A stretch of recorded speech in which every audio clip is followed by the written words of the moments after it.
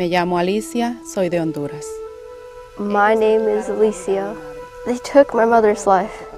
I witnessed everything that happened. The issue is that I saw it and they saw me. They were from a gang called 18 here. The people from the gangs don't have any heart. Whether adults, children, they don't have hearts. I had to leave the house we lived in because they came to look for us. Soon as not to be in danger, I always move so that I'm never in the same place. I can't rest. I don't have any peace. I don't have any peace. No tengo ninguna paz. Hondurans are searching for peace. They want to end to the violence of gang wars due to the drug trafficking in the country. Because of the violence between drug gangs, Honduras has the highest murder rate in the world. Most of these are young men who usually begin interacting with the gangs at age 7 and become part of the gangs by the time they are 17. However, the lack of peace is not limited to those who live in poorer neighborhoods where the gangs rule. The same lack of peace can be seen on the faces of the people. Their faces remind us of Ezekiel 13:10.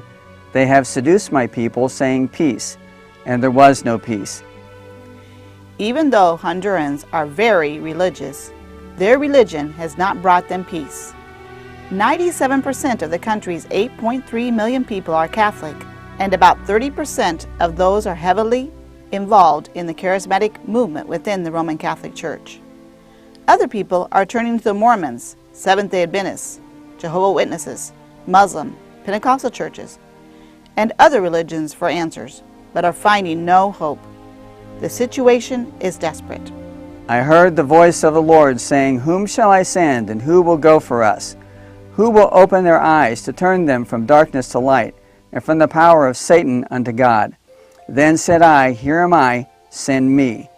We have responded to this plea, for the Lord has called us, Stephen and Deborah Anner, to go reach this generation and train them to reach everyone that is to come. Deborah is a veteran missionary who served in Argentina with her missionary parents, teaching Sunday school classes, Bible clubs, and serving in children and youth camp ministries. She also homeschooled siblings in her own family and many other missionary children. Stephen is also a veteran missionary. He helped start 2 Baptist churches in Mexico, taught children's Bible clubs, evangelistic home Bible studies, and discipled new believers. Because we both speak Spanish, we can be immediately immersed in the work as soon as we arrive in Honduras. God has called us to work with BIMI missionaries, Evan and Carmen Williams, who work just outside the capital in the mountain town of Santa Lucia. From the town, you can get a partial view of Tegucigalpa, where 1.3 million people live.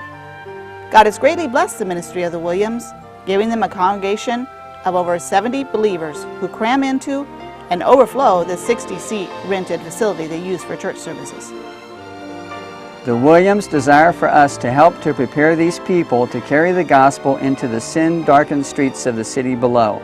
We will use evangelistic home Bible studies as a tool of the church to reach the lost in Tegucigalpa.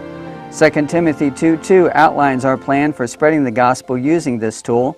"And the things that thou hast heard of me among many witnesses, the same commit thou to faithful men who shall be able to teach others also." Church members will learn as they participate with us in these Bible studies. As we train them through the Church Bible Institute, they will be able to lead their own studies. As these studies grow, we will assist them in planting new churches with the core of believers from the Bible studies. Another ministry the Lord is giving us is to help start a Christian bilingual school for the children. Our school will be an evangelistic effort to bring children and their parents under the sound of the gospel. Both our church and school will be located on this property. Construction has already started on the church and school complex. Our new church building, which will seat 3 times as much as the current facility, will be the 2nd story of this building. Please pray that the Lord will raise up our new church and school facilities quickly. Hondurans are searching for peace. Current events in the country have created a field that is white unto harvest. People who are open to our witness as we share the gospel and open to the ministries of Maranatha Independent Baptist Church. Evangelistic home Bible studies are growing in number and attendance, creating a need to train men that the Lord can use to convert these studies into new churches. What if you had the opportunity to eternally impact the lives of these who are searching for the peace that you possess in Christ. Will you help us reach this generation and train them to reach everyone who is to come?